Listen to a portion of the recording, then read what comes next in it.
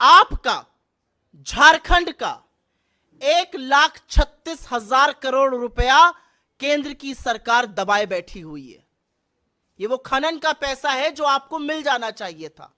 और मैं कुछ आंकड़ों के माध्यम से आपको बता देती हूं कि अगर यह पैसा झारखंड को मिल गया होता तो झारखंड की सरकार इससे क्या क्या कर सकती थी। यह पैसा तो हम लेकर रहेंगे और ये सारी चीजें हम करके रहेंगे, लेकिन 1,36,000 करोड़ अगर हमारा बकाया ना होता केंद्र सरकार के पास और केंद्र सरकार को यह पैसा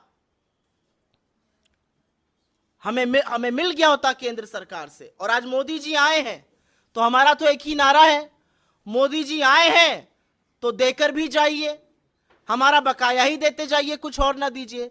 अगर ये 1,36,000 करोड़ रुपए हमें मिल गए होते तो हम 42,500 छात्रों को 5 साल के लिए स्कॉलरशिप दे सकते थे।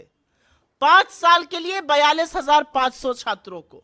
अगर ये 1,36,000 करोड़ रुपए हमें मिल गए होते तो हम करीब करीब 3 लाख छात्रों को एकलव्य प्रशिक्षण योजना 70 साल के लिए दे सकते थे।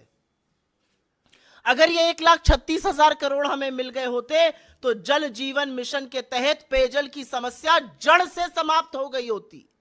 अगर ये 1,36,000 करोड़ रुपए पर कुंडली मारकर केंद्र सरकार हमारे पैसे पर ना बैठी होती तो 42,500 छात्रों को जो फॉरेन भेजकर, जो विदेश भेजकर पढ़ाने की छात्रवृत्ति है वो मिल गई होती।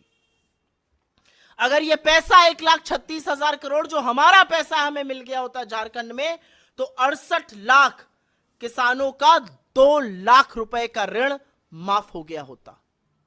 68 लाख किसानों का 2 लाख तक का ऋण माफ हो गया होता अगर केंद्र सरकार ने हमें यह पैसा दे दिया होता। अगर यह पैसा हमें दे दिया होता तो 68 लाख अबुआ आवास बन जाते, लेकिन यह पैसा हमें नहीं दिया गया और उसके बावजूद भी हमने जनहित और जन कल्याणी योजनाओं में कोई कमी नहीं आने दी। आपके साथ ये आंकड़े इसलिए साझा किए क्योंकि चुनाव का मौसम है और जुमले की बारिश करने वाले मैदान में उतर चुके हैं और बड़ी बड़ी बातें कर रहे हैं। तो उनसे ये सवाल पूछना है कि प्रभु सब कुछ तो ठीक है, 1,36,000 करोड़ हमारे कब दीजिएगा? दे दीजिएगा तो हमारे बच्चों का, हमारे युवाओं का, हमारे वृद्धों का, हमारे गरीबों का भला हो जाएगा। मैं यहां आने से पहले बीजेपी का घोषणा पत्र पढ़ रही थी। ये वही बीजेपी है जिसने 500 का सिलेंडर राजस्थान में देने की बात करी थी। मैं उत्तर प्रदेश से आती हूं, आपका लगा हुआ राज्य है। उत्तर प्रदेश में कहा था हर होली हर दिवाली फ्री सिलेंडर मिलेगा। कितनी होली कितनी दिवाली बीत गई, फ्री सिलेंडर नहीं मिला, सिलेंडर का दाम 1000 के पार करा दिया। अब कह रहे हैं यहां पर 500 में सिलेंडर देंगे। अरे पहले राजस्थान में दे दीजिए, 6-7 महीना 8 महीना हो गया सरकार बने हुए। मैं पढ़ रही थी यहां पर रोजगार की बात कर रहे हैं। अरे 2 करोड़ जो सालाना रोजगार बनने थे, अभी तक 11 करोड़ बन जाने थे, उनका क्या हुआ? यहां पर बात किसान के हक की हो रही है। एमएसपी की कानूनी गारंटी पर 750 किसानों की शहादत पर चुप रहने वाले, कानून ना बनाने वाले यहां पर किसानों की बात कर रहे हैं। किस मुंह से आके झारखंड में आप बात करते हैं? आपके मैनिफेस्टो में सरना धर्म कोड भी नहीं है और असलियत यह है कि सरना धर्म कोड यहां की सरकार ने पास किया और 2 साल से आपके पास आपकी स्वीकृति के लिए दिल्ली में पड़ा हुआ है और आप उस पर कुछ नहीं कर रहे। आपने लगातार सीएनपीटी को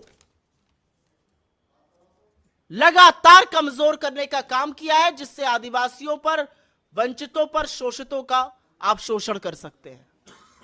असलियत यह है कि आपकी सरकार ने आंगनबाड़ी में बच्चों का बजट आधा किया था।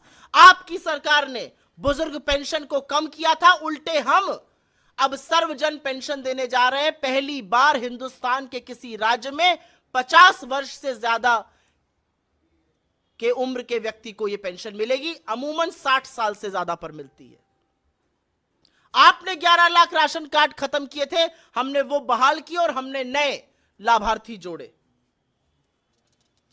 बातें बहुत है करने को, लेकिन यह सच है कि चाहे वो सरना धर्म कोड हो, आपसे सवाल पूछा जाएगा आपकी मंशा क्या है, आप क्यों आदिवासियों के संस्कृति पर, उन पर, उनके हक पर, उनकी जमीन पर, उनके जंगल पर, उनके जल पर कब्जा करके अपने पूंजीपति मित्रों को देने की फिराक में रहते हैं? सब लोग देख रहे हैं कि छत्तीसगढ़ में सरकार बनते ही कैसे वहां पर लाखों पेड़ काटकर आप अपने पूंजीपति मित्रों को देने का प्रयास कर रहे हैं। इनके लिए एक कुर्सी लगा दीजिए यहां पे। असलियत यह है कि ओबीसी का जो आरक्षण था वो 14% था, हमने बढ़ा के 27% किया, और केंद्र सरकार इस पर तैयार नहीं हो रही है। हमारी इन चीजों को स्वीकृति क्यों नहीं मिल रही है, यह सवाल हम जरूर पूछना चाहते हैं। और हम यह भी पूछना चाहते हैं कि औनी पौनी हल्की बातें करके चुनाव के मुद्दों से भटकाने वाले लोग आखिर में क्या चाहते हैं झारखंड के लिए? आखिर में वो क्या चाहते हैं झारखंड की जनता के लिए? वो क्या चाहते हैं झारखंड के गरीबों के लिए, यहां के आदिवासियों के लिए, यहां के मध्यम वर्ग के लिए, यहां की महिलाओं के लिए और यहां के युवाओं के लिए?